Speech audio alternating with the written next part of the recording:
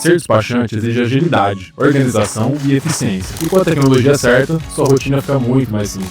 A Despa Tecnologia, uma empresa do grupo Asa Sistemas, desenvolve soluções inovadoras, como o Despa Front, para otimizar o seu fluxo de trabalho, e o Despa Doc, que facilita a comunicação com lojistas. Com o MyDespa, você gerencia seus processos a qualquer hora e de qualquer lugar, com total controle na palma da mão. Além disso, nosso suporte técnico especializado está sempre pronto para te ajudar, garantindo que você nunca fique na mão. Asa Sistemas, atender bem para atender sempre. Boa noite, como é que está a sua quarta-feira? Agora, 8 horas da noite, eu cumprimento você e a sua família, desejo que você esteja bem, espero que você tenha assistido o nosso episódio anterior e hoje, como sempre, nós sempre trazemos pessoas que têm histórias para contar, pessoas que atuam no ramo do empreendedorismo, entretenimento, artes, pessoas que têm ONGs, e hoje eu trouxe um empresário aqui de Santo André. A gente vai conhecer um pouquinho mais, não só o negócio dele, mas a gente também vai conhecer a história dele, porque como um bom jornalista raiz, tá? Eu não sou um bom jornalista, eu sou jornalista raiz, já vão aí 30 e poucos anos, nós gostamos de contar histórias. E hoje a gente trouxe aqui mais uma pessoa para contar mais uma história. E eu espero, do fundo do meu coração, que você possa se espelhar, encontrar algumas semelhanças e na superação dele em relação aos negócios, você também possa se motivar aí e montar, né? Tirar da gaveta ou aí da sua cachola aquele sonho, porque um dia ele sonhou em ter o negócio dele e hoje ele tem um espaço bem bacana e a gente vai ficar conhecendo, mas eu vou deixar, sabe para quem falar? Ele, o Fábio Luque. Fábio, obrigado por você estar aqui, ter aceitado o meu convite. Eu sei que vocês empresários vivem uma vida louca e você já é louco ao quadrado, né? Porque antes de ser empresário você era investidor, é isso? Mercado financeiro, sem dúvida, é o lugar que bagunça um pouco a cabeça. A sua cabeça está bagunçada ou não? Ela continua bagunçada. Mas, Pedro, eu que agradeço o convite, é uma honra estar aqui, bater esse papo, eu acho isso estimulante, inspirador, de fato. Inspirador são vocês, empresários, né? Que saem do nada e constroem história. Você sabe que vocês, eu não estou puxando saco não, tá? Que a última coisa que você vai ver na sua vida é eu puxar saco de alguém. Né? Ainda mais jornalista raiz, que a gente pega pesado, viu? Okay. Eu arrumei muita confusão na minha vida porque eu chegava na frente do entrevistado, principalmente político, e meti o louco, né? Hoje eu tô mais calmo. A minha filha fez eu ficar mais calmo, minha esposa, minha filha é jornalista também, ela fala, pai, menos pai. A minha filha que, né? Vocês são inspiradores, porque quando a gente olha, né? Para o trabalho do empresário, o empresário ele tem não só o ganha-pão dele, mas tem também o ganha-pão de funcionários. A gente já trouxe aqui empresários que têm vários funcionários, sabe? Então isso é motivo de elogio para vocês, né? Mas antes de você falar do seu negócio, né? Bem sucedido aqui em Santo André, eu gostaria de saber dessa sua vida louca que você teve aí como trabalhando na área de investimento, né? Você ficava também, tipo, compro, vendo, compro, vendo. Não chegava a isso. Não era dessa. Isso eu fazia mais na pessoa física, mas ali já na parte do home broker, essas coisas mais tecnológicas. Mas quando eu entrei no mercado financeiro, foi uma sucessão de fatos que me levou ali e eu era, quando eu era adolescente, Quantos anos você tinha? Quando eu entrei no banco, realmente, eu tinha ali já meus 23 anos, então eu já estava mais estável. Mas garoto. Digamos que a fase mais perturbada da adolescência eu tinha passado de fato, né? Eu já estava longe dessa fase em que eu pulei já não tinha mais espinha na cara, ainda tinha algumas, mas já estava um pouco mais assentado e procurando alguma coisa e de fato já estava casado ou não? Boa pergunta essa, porque eu vou te dizer o seguinte, na ocasião eu lembro que eu tinha algumas promessas, e uma das promessas eu nunca vou casar. Outra promessa, eu nunca vou usar gravata. E adivinha o que aconteceu? Duas promessas, mas foi uma atrás da outra. O que aconteceu foi que quando eu entrei no banco, eu tinha que usar gravata. Naquela época eram obrigados a gravata. E na instituição que eu trabalhava não podia ter bigode, barba, nada. Cara limpa, né? Cara limpa. Enfim, cabelo curto, era uma coisa muito... As regras eram muito rígidas, diferentes. Hoje é muito mais flexível. Hoje você tolera muito mais as não tem roupa social, né? Exatamente. Eu lembro que alguns bancos, Bradesco, Banespa, que não existe mais, né? Unibanco, olha só, hein, como eu sou antigo também. Você entrava, o pessoal estava todo engravatado lá. E na ocasião, eu entrei porque tinha uma vaga de trainee e eu buscava alguma coisa. Eu queria trabalhar em algum lugar que me desafiasse de alguma forma. Então não tinha nenhum projeto de carreira. Mas o que me surpreendeu? Eu fui construindo uma carreira ali dentro. Então eu entrei trainee e depois de 14 anos, quando eu saí, quando eu realmente comecei a bater um pouquinho as bielas, eu saí como superintendente regional para Norte e Nordeste, na área comercial. Então eu percorri cobrança, área de formalização de processos, área administrativa, agência, eu percorri vários segmentos ali. Então, e a área comercial foi onde culminou a minha carreira ali dentro. Engraçado que esse seu discurso certifica que você parece que estava sendo preparado para ser o empresário que você é hoje, não é? Ou não? Aí você toca num outro ponto de novo, e deve ser o seu filho de jornalista cavando algumas coisas. Por quê? Porque quando eu trabalhava ali, a minha mulher sempre ela me cobrava muito, ela falava, parece que você é dono do banco. Você não tem horário para sair, para entrar, você vai até no final de semana. E o que acontecia? Toda vez que eu entrava em um projeto, eu sempre mergulhava nele, eu acreditava muito nele e eu desenvolvia isso com uma obsessão. Eu sempre tive esse ímpeto obsessivo de executar muito bem, executado, e eu acho que, veja, eu nunca dentro do banco pedi uma promoção, um aumento, nada. Jamais pedi. Foi tudo natural. Tudo foi acontecendo. E eu acho que muito por causa dessa entrega. Então eu entregava resultados. E aí os desafios começavam da seguinte forma: olha, a agência tal está com um problema, a agência Curitiba está com um problema, a agência não sei o quê está com algum problema assim, assado, os números não estão bacanas, você topa assumir isso aí? Claro. O meu racional sempre era assim, se eu pego um lugar estável, um lugar bom, é confortável, só que não tem crescimento. A chance de crescimento é mínima. Sim. E a pressão, já tem aquela formiguinha ali, né? E a pressão para você manter é muito grande. Quer dizer, manter alguma coisa e ser pressionado não faz sentido para mim. Agora, você pegar um desafio e conseguir reverter as adversidades, isso sempre foi muito estimulante. Então, quer dizer, eu fiquei muito conhecido no banco porque eu ia para resolver situações mais complicadas. Pegava os últimos lugares de agências e conseguia escalar. Não estou conseguindo? Chama o Fábio. Era mais ou menos isso. Era mais ou menos, vamos limpar a bagunça, vamos organizar essa bagunça e vamos ver o que acontece. E isso foi me levando, eu fui escalando no banco dessa forma. Então, enquanto o banco ele oferecia desafios e eu participava de projetos, isso foi muito estimulante. Mas você vai chegando no momento de carreira, você vai ascendendo certos níveis hierárquicos, que a política começa a entrar em campo, mais do que propriamente o desafio, o trabalho. E aí comecei a ficar desestimulado. Aí começou a vir aquela... Você participava mais de reuniões... Aí, mais ou menos? Já estava chegando aos 30? Já tinha passado. Já tinha passado? Já tinha passado, porque eu saí do banco 42, mais ou menos. 42, mais ou menos isso. 40 anos, por falta dos 40 anos. E aí nessa fase em que eu ficava mais em jogadas políticas, sabe... do que exatamente atender o cliente, resolver os problemas, tentar otimizar algum processo, alguma coisa nesse sentido, eu comecei a entrar em parafuso. Eu falei, peraí, não está mais bacana essa brincadeira. Porque você se disponibilizava a resolver as questões, mas você ainda tinha aquela inquietação. O desafio. Faltava alguma coisa. E aí acontece eu acho que uma das boas qualidades dos empresários, Fábio, é essa. Resolver problema. Não, inquietação. Resolver problema é algo que a inquietação traz. Verdade. Porque se você está quieto, eu não estou fazendo nada, eu vou ali chutar aquela caixa de marimbondo. Mas tem pessoas que não, vou chutar a caixa de marimbondo, mas espera aí. Para que lado que eu corro? Que velocidade que está o vento?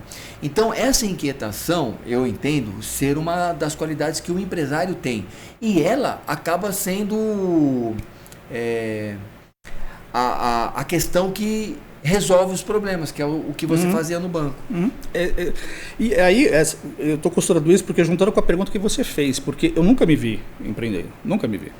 Eu tenho histórico familiar. Meu pai, quando meu pai deixou de ser metalúrgico ali no começo dos anos 80, quando veio uma crise ali, ainda, que governo que era aquele? Acho que era o governo Sarney. 80? 84. Depois, não, depois 84 ainda era o militar. Ainda era o militar, mas quando teve a migração... Foi o Sarney. Sarney, né? Foi Sarney. Naquele período... De 85 teve até uma crise 90, muito forte. Teve uma crise muito forte ali, do 84, 86. Aquela briga lá do ministro da Economia com o Cruzado, Cruzeiro, plano o isso, RV, plano aquilo.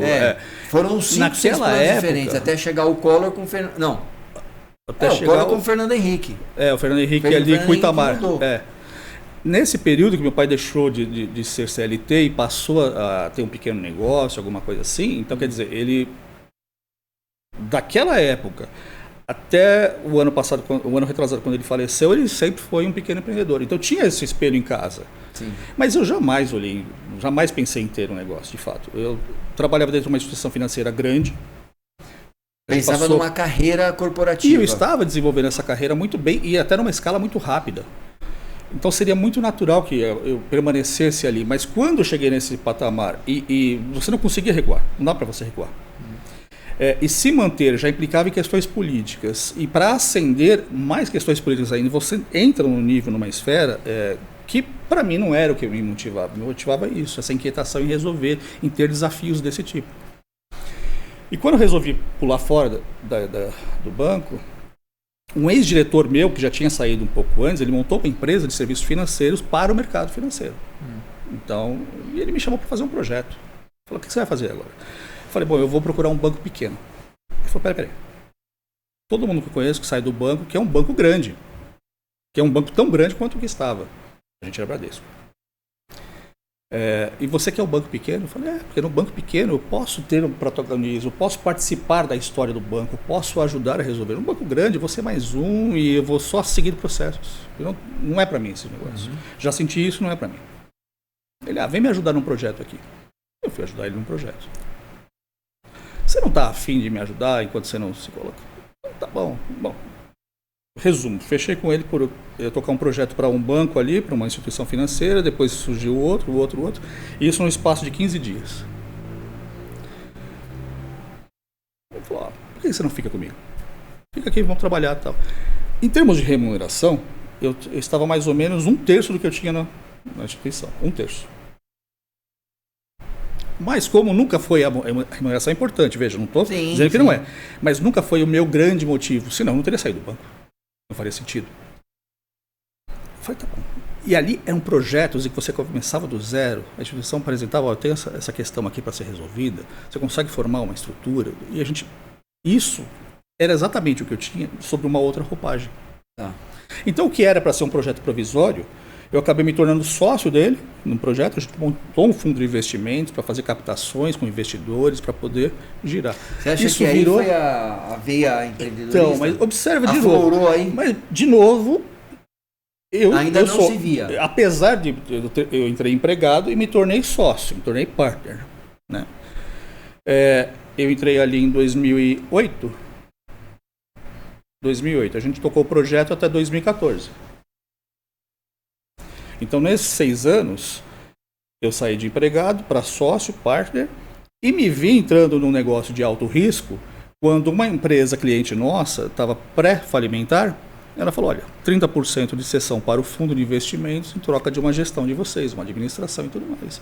E aí meu sócio falou, olha, eu só topo se você tocar esse negócio. Não vou entrar nessa, não quero ter essa rotina. Eu, sem um pardal para dar água. Nada. Falou, olha que desafio interessante. Ele falou, se a gente conseguir reverter... Você não entrava com dinheiro, você entrou com o meu trabalho. Se a gente consegue reverter essa situação, 15% da participação do fundo passa a ser sua, na física. Se não, eu só fiquei ali e aprendi alguma coisa. O que eu tenho a perder? Me fala. Vou nessa. E fiquei nesse projeto durante um ano, uma pequena fábrica de imóveis em Guarulhos. E aí começa de fato a vir essa inquietação, que é quando a minha mulher me provoca e fala, vem cá, você já está 1 ano nesse negócio, você sabe que os sócios lá dessa empresa, eles não vão para frente, a empresa chegou a essa situação toda, a gente não vai ter como reverter isso, Você está tocando um negócio que não é seu como se fosse, e você não monta o seu próprio negócio? Foi a primeira vez que alguém me fez essa pergunta e eu não falei alguns impropérios, eu não xinguei. Foi a primeira vez que deu um estalo. Eu falei, faz sentido, já estou correndo risco, mas não é meu. Já tenho uma série de desafios que não são meus. Sim. Não fui eu que os criei e eu não tenho muita gerência sobre eles, não tenho gerência sobre eles porque tem sócios majoritários aqui. Pode ser. Comecei a esboçar um projeto de montar uma pizzaria, que é uma coisa que eu já fazia como hobby, e eu também tinha aprendido alguma coisa que hobby é para dar prejuízo. Hobby não se dá lucro. Essa hobby, eu nunca tinha ouvido. Hobby é para dar prejuízo. Porque se você vai transformar isso num negócio, ele tem que dar lucro. É. Eu e conheço aí, amigos que, por exemplo, tem carro antigo. Eles não falam para a esposa quanto que eles gastam nesse hobby. Porque é prejuízo. Com certeza. Não vale para nada, a não ser pela satisfação, pelo pessoal. desafio, exatamente. Então o hobby é para dar prejuízo. Se você vai transformar em negócio, ele tem que dar lucro. E a partir desse momento você tem que ter outra postura. Você já não pode mais se envolver como se fosse uma diversão. Sim. A postura tem que ser outra. A coisa é séria. Então eu fiquei durante 10 anos fazendo pizza em casa, para amigos, na chácara, sabe? Pizzada. Quanto eu ganhava por isso? A satisfação de que as pessoas comendo. De reunião. Mas de uma certa forma também estava se preparando para algo maior. Né? Coisa que eu jamais imaginava. Porque a ideia. Veja. O subconsciente da gente é incrível. É né? incrível. Em nenhum momento você pensou em transformar isso num negócio, num empreendimento. Possibilidade zero. Aí as situações foram te Possibilidade levando. Zero porque financeiramente não compensava, pelo que eu ganhava no banco. Pelo tipo de risco que você assume quando monta uma empresa. Veja, eu era CLT. Eu tinha benefícios como Vale Combustível. O Vale Combustível que eu tinha na ocasião é maior do que muitos salários de funcionários hoje em dia. Quer dizer, é irreal. Então, se fosse para questão financeira, não faz nenhum sentido montar um negócio. Eu tinha férias remuneradas. Eu tinha previdência privada. Eu era jornalista CLT. Da pandemia para cá, resolvi ser jornalista MEI. Empresário. É outro universo. É um dia atrás do outro. Hoje mesmo eu estava falando com um cliente, né, nós temos uma agência de comunicação, a gente trabalha com profissionalização de redes sociais, nós fazemos sites, conteúdos, trabalhamos inclusive para outras agências de marketing. Porque tem agências de marketing que não tem quem possa fazer para eles os textos, né? Então eles contratam a gente para fazer. E eu estava comentando com esse cliente, que é um amigo nosso também, graças a Deus nossos clientes acabam virando nossos amigos, né? Eu falei assim, cara, eu não tenho férias mais. Eu tiro 5 dias no começo do ano com a minha esposa, porque o meu filho participa sempre de um acampamento, então eu levo ele para o acampamento e eu e minha esposa ficamos ali na região. E no meio do ano, ela é professora, ela tira as férias. Aí a gente aproveita uns 10 dias. Mas o telefone vai junto. Porque a minha filha, que é minha sócia na agência, ela faz a parte dela, eu faço a minha e tem os colaboradores. Mas precisa sempre do dono, de olho. Não porque senão não sai, não. Sai. Hoje o pessoal tem uma cabeça diferente. Mas mesmo assim é diferente. Totalmente. Quando é o dono que toca, Totalmente. que está à frente, quando não é o dono. Totalmente. E não é nem... E de novo, eu gosto de frisar muito isso, porque tem uma visão, infelizmente, no país... talvez mídias tenham contribuído muito com isso, né? Aquela coisa do empresário vilão, que pega a mala de dinheiro e foge, né? Tem muito disso, né? Está muito no subconsciente da nação. A verdade é que não é essa, é só olhar em volta. Não é essa. Então, é a coisa da responsabilidade. É a coisa de você... Se você não estiver lá para receber mercadoria, quem vai receber mercadoria? Se você não pode pagar alguém... É o vestir a camisa, né? É o vestir a camisa. Como você está com a camisa da empresa. Eu costumo palestrar, né? Eu sou palestrante também, além de escritor. E nas palestras, quando eu vou nas empresas, eu digo assim, gente, olha, existem 2 categorias numa empresa. O empreendedor, que é o dono, e o intraempreendedor, que é você. Você. Hoje as empresas estão procurando quem? Esses caras que vestem a camisa. Não é só aquele cara que vai lá e coloca o uniforme. Porque colocar o uniforme é muito simples. Você coloca até um cabo de vassoura. Abre lá o seu armarinho, você põe o uniforme e vai trabalhar. Não. As empresas querem pessoas assim, ó. literalmente, coração, que vestem a camisa e que tem coração, que é um intraempreendedor. É o cara que não tem vocação para o empreendedorismo, e como tem oportunidade. mas é um bom funcionário. E como tem oportunidade. Sim. Porque a disputa é muito baixa, está tudo nivelado por baixo, então é muito fácil escalar dentro de uma empresa hoje em dia. Muito fácil, muito fácil. A qualificação... as empresas, eu tenho assim muitas amigas que trabalham com RH. E vira e mexe, elas... no mundo corporativo eu sou mais conhecido por Pimenta, né? O Pimenta. Eu preciso de um funcionário assim, assim, assim. Eu preciso... Porque como eu tenho muito contato, aí eu já penso, ó, esse funcionário eu acho que é aquele... Aí você vai perguntar pro cara se ele tem não tem, às vezes, o que precisa para aquela função. E tem muitas vagas de emprego que estão um pouquinho acima do geral, do geralzão, que não encontra uma pessoa qualificada. Sim. A pessoa com protagonismo para liderar, para coordenar, para dar suporte, para dar apoio. Vaga para chefe na cabeça das pessoas é só ter a estrelinha do xerife. Mas a verdade é que não é essa. Você precisa inspirar as pessoas a fazer muitas vezes. Sim. E essa vaga tem... Quem não tem em qualquer empresa, o cara inventa o cargo. Se encontra a pessoa, inventa a função. E quando você monta uma empresa, é isso que acontece. Então essa migração, para mim, ela foi sendo gradativa e paulatina, mas sem eu jamais pensar. Eu fazia pizza por lazer. E era terapêutico fazer pizza para mim.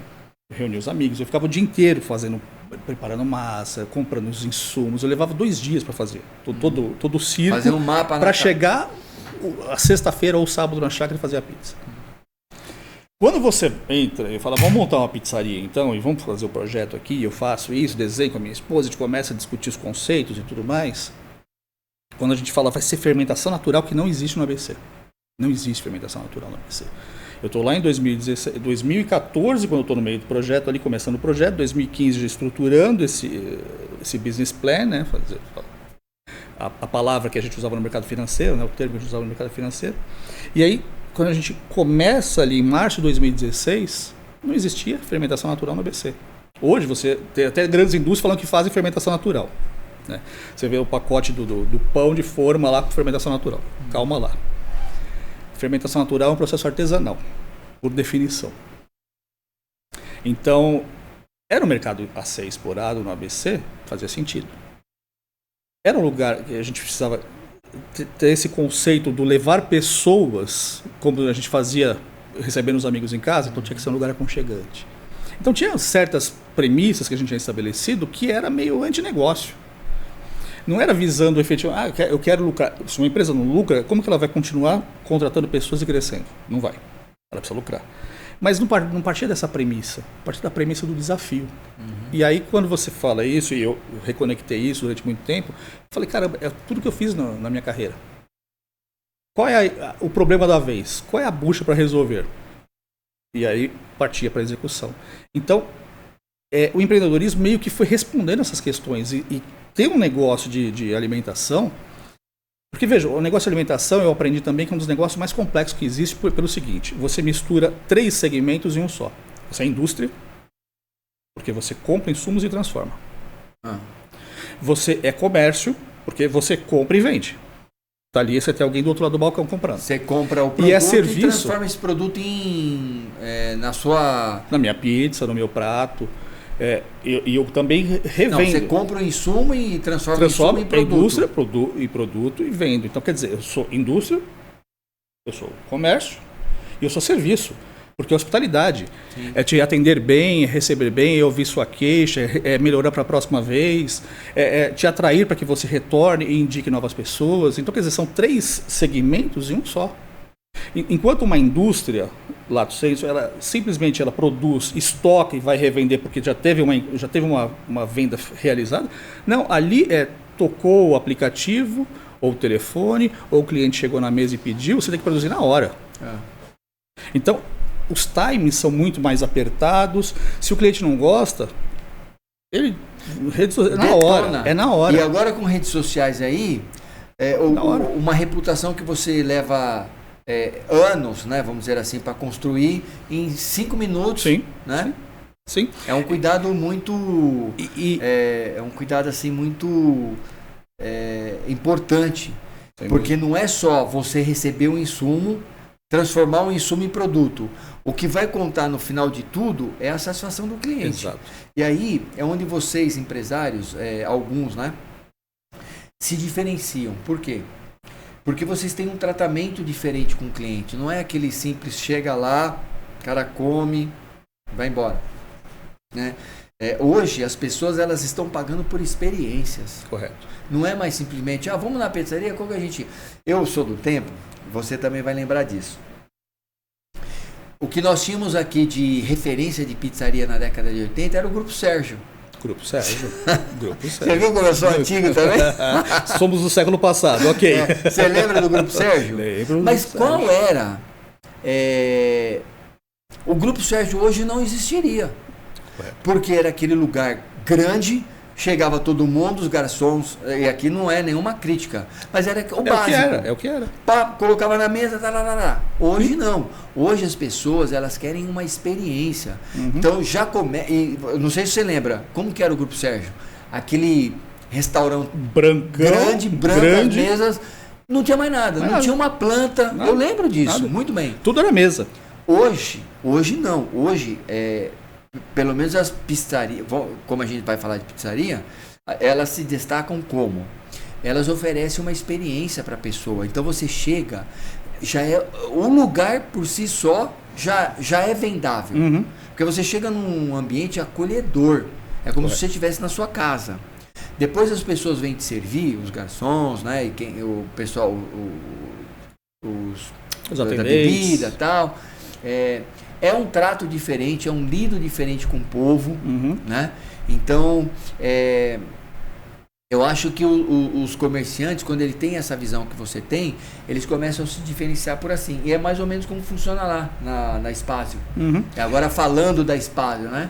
E você tocou num ponto crucial, porque veja, quando a gente fala em Grupo Sérgio ali, anos 80, anos 90, começo dos anos 90 até, você tinha pouca oferta.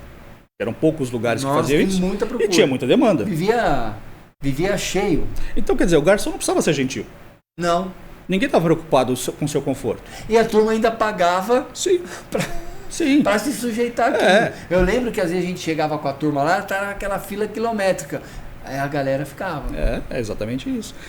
Hoje em dia, o que acontece? Você tem muito mais oferta.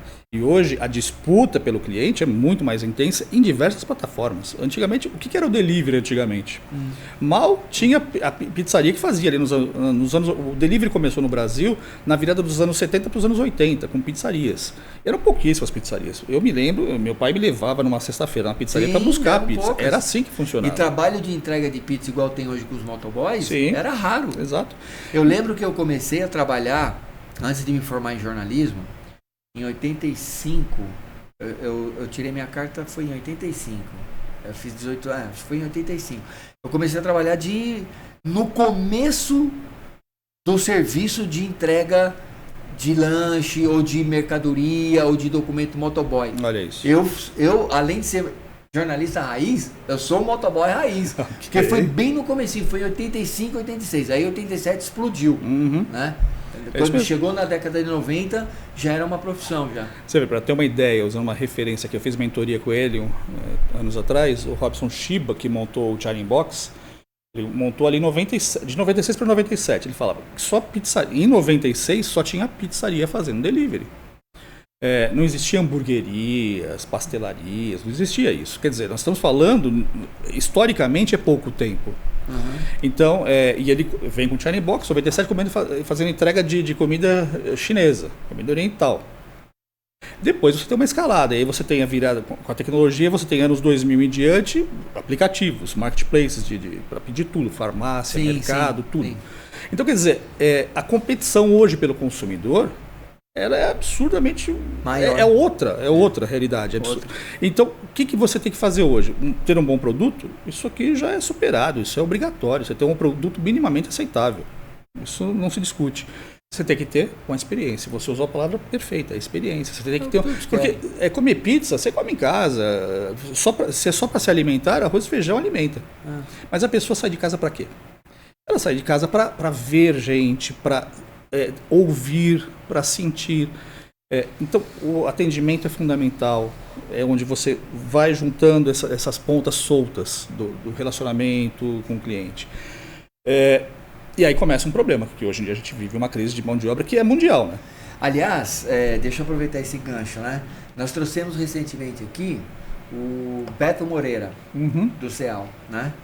E ele falou dessa dificuldade que a região do ABC tem de profissionais para trabalhar, principalmente na questão dos estabelecimentos que funcionam à noite, feriados e final de semana. Essa geração que está chegando é uma geração que quer buscar outro tipo de profissão.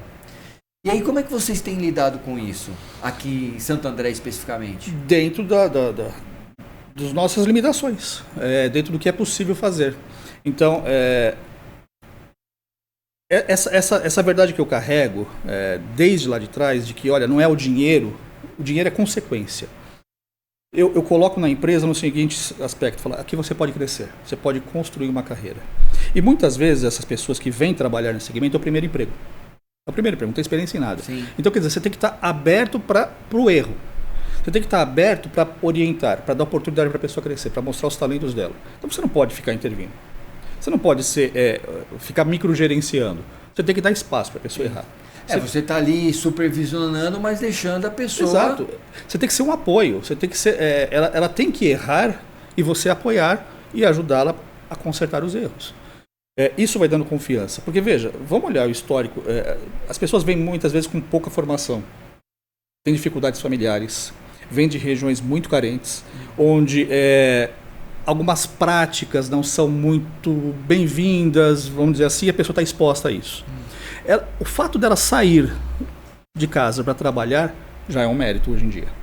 Porque você tem tanto assistencialismo, você tem tanta facilidade com jogos, com crime organizado, com coisas desse tipo. A pessoa que se dedica a trabalhar em busca de salário, ela já tem um valor diferenciado nesse mundo atual que a gente vive.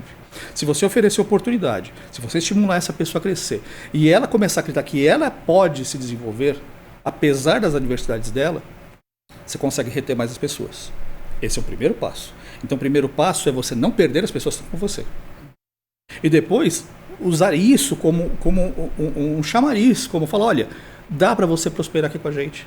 Dá para você ter um trabalho digno, reconhecido, cumprindo as obrigações da empresa e a pessoa crescer.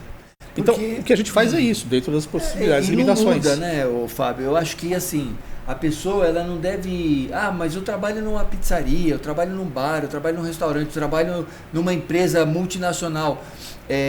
Se a pessoa não colocar na cabeça dela que ela tem que dar o melhor onde quer que ela esteja, ela nunca vai poder... ela nunca vai conseguir galgar postos maiores onde quer que ela... Exatamente. Ela sempre vai ser aquela pessoa básica que está ali meio que, para falar a verdade, cumprindo tabela. Sim. Né? E uma coisa que a gente tem... E ela nem se motiva também a melhorar. Exato. Aí ela fica dando círculos profissionalmente, nunca evolui. Exato. Então, o que a gente procura fazer? A gente coloca uma política de cargos e salários, uma política de carreira. A gente tem esse tipo... Porque a nossa visão é expandir. Então, nós temos duas unidades. Nós não expandimos, para você ter uma ideia, nós não expandimos. Nós estamos há 3 anos segurando expansão por falta de pessoas.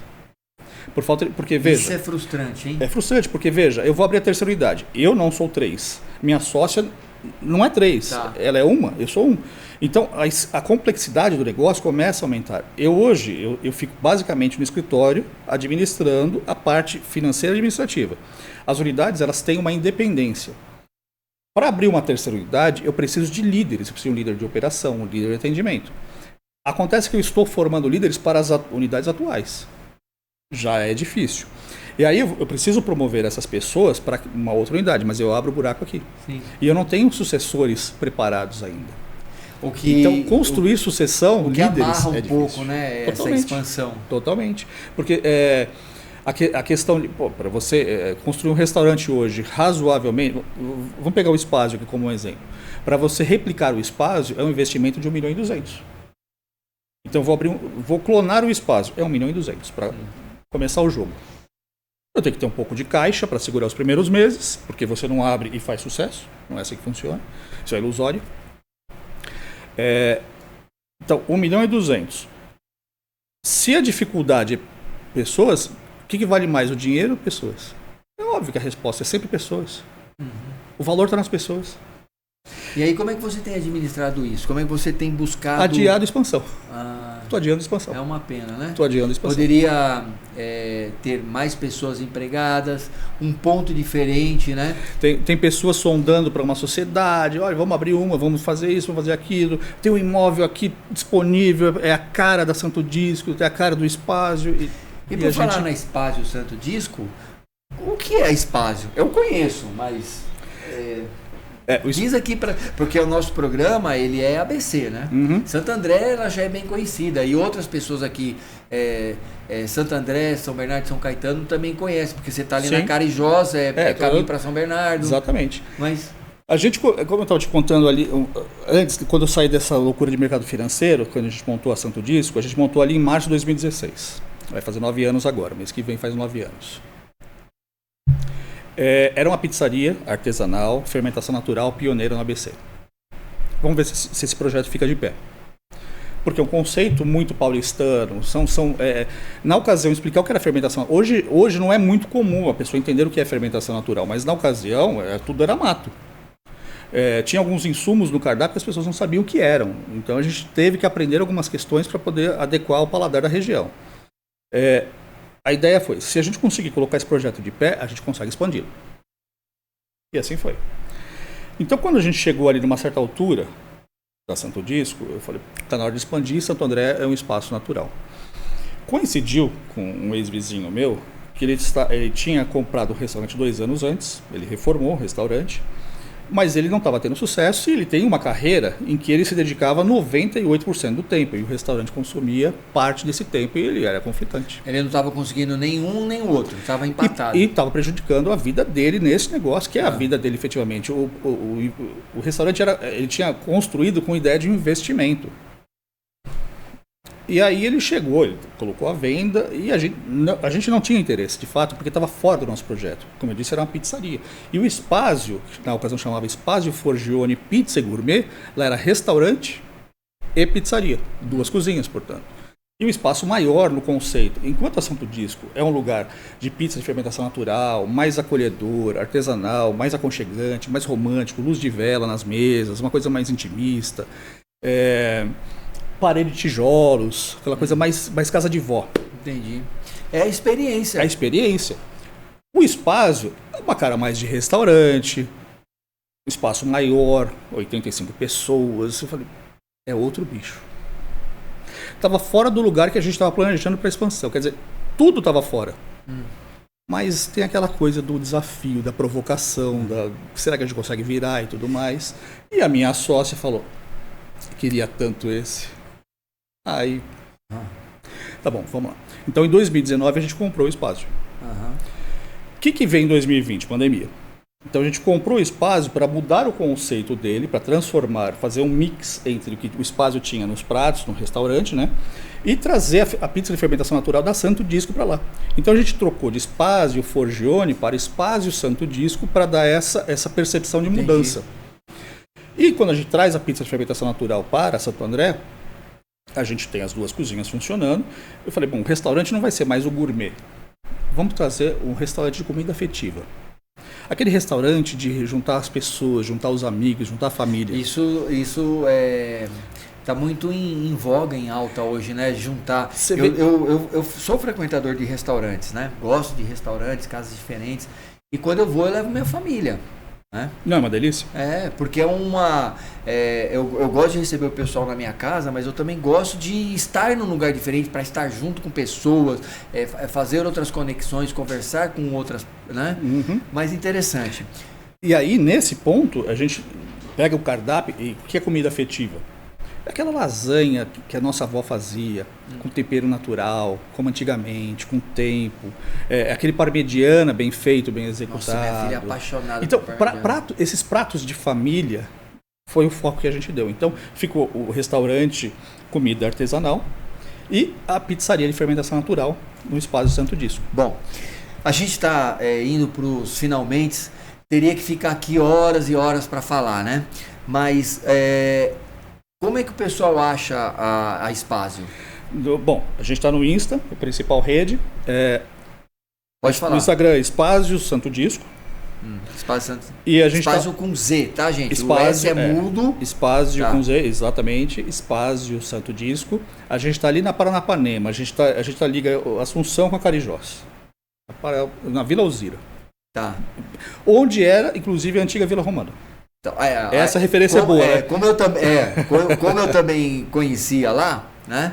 Eu já me localizei, né? Você falou Carijós, mas aí falou Vila Romana. É isso aí. É um espaço isso aí. que foi muito. É um espaço bem conhecido, né? Nos anos 70 e 80 era o auge, né? Então, eu agradeço a sua Eu que participação, agradeço. Fábio, você ter atendido o meu convite, né?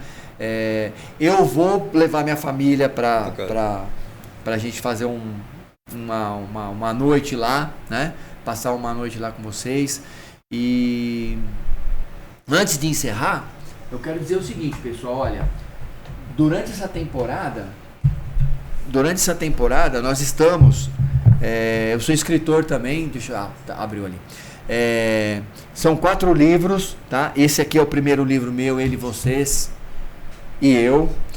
Crônicas do Coração, Cenários da Alma e 7 Dias com Jesus, uma jornada rumo ao coração de Deus.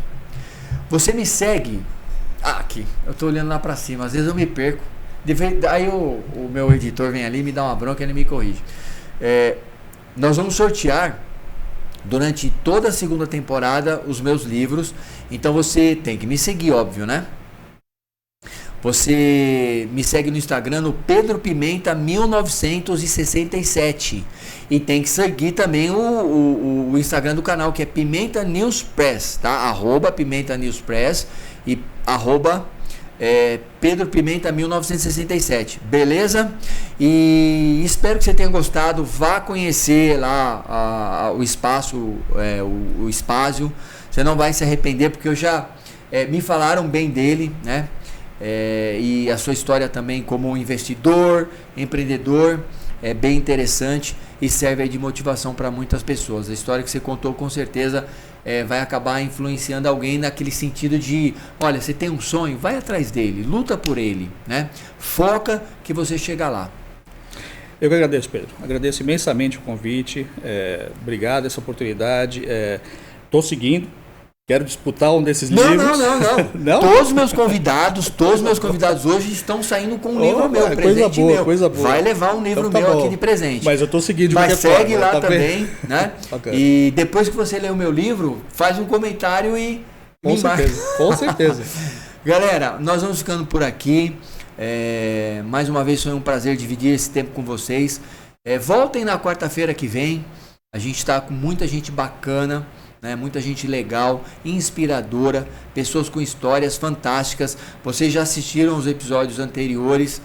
A gente trouxe pessoas que já te emocionaram. Quem assistiu os episódios anteriores vai saber o que eu estou falando, né? Pessoas que se emocionaram aqui, né? De contar as histórias. E é isso, jornalista raiz gosta de contar história, tá bom? Vamos ficando por aqui e até a próxima, se assim Deus me permitir.